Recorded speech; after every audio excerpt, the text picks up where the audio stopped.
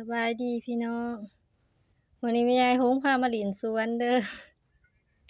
ไปเฮ็ดเวียกอยู่สวนวันเสาร์อาทิตย์วันนี้หน้างานก็สิมีซ่อมท่อเนาะจ้างเขาเจ้ามาพรวนดินเขาเฮ็ดท่อแตกท่อก็บักอย่างหนึ่งท่อ80แตกจักสิอยู่หรือบ่ลองใช้วิธีนี้ไปก่อนคันบ่อยู่จังตัดเปลี่ยนท่อหลังจากนั้นก็มาตัดหญ้าบางทีหญ้าสูงเพียงหัวแต่ว่าอยู่ในต้นหันบ่สูงเพราะว่าเราตัดอ้อมไว้หมดตัวทั้งข้างว่าเราอยากได้หญ้าเด้ตัดแล้วก็สิกวาดหญ้าเขานี่ยังบ่ทันได้กวาดหญ้าเขาซ้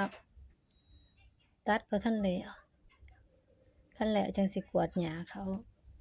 หญ้าบางอันก็กวาดนำบ่ทันเนาะสิเปื่อยก่อนแหละย้านบ่ได้หญ้าตินี่ฮอดยามแล้งนี่โอ้ยต้องได้อาศัยหญ้าได้ยามแล้งคิดว่าหลังจากแล้วหญ้ากวาดหญ้าเข้าต้นแล้วหมดนี่ก็สิได้มาซ่อมหัวอีกบาดหนึ่งเพราะว่าเห็นหัวมันสีเหลืองๆเนี่ยสิได้ซ่อมคืนอีกมื้อนี้เฮ็ดเวียก2คนเนาะกับพ่อยหนึ่งตัดหญ้าใส่จักรพายเฮาก็ใส่จักรอยู่พอได้ช่วยกัน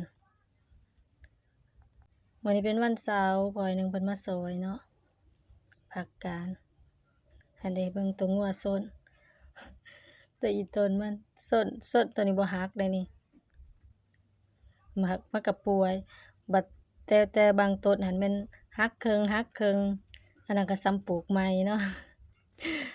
โอ้ยเสียเวลาไปปีหนึ่งย้อนหัวเนาะคิดว่างัวมันสิบ่เข้าติก็เลยว่าเฮ็ดหัวแต่ฝ่ายเบื้องนั้นแต่ว่าหัวเพมันนี่งัวเขาถ้าซาเขียวก็มานอนสวนน้ำมันนี่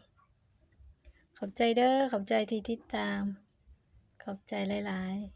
ๆต้นทุเรียนก็1 ปีสิฮอด3 เดือนน่ะเนาะก็สิฮอด1 ปี 3 เดือนละ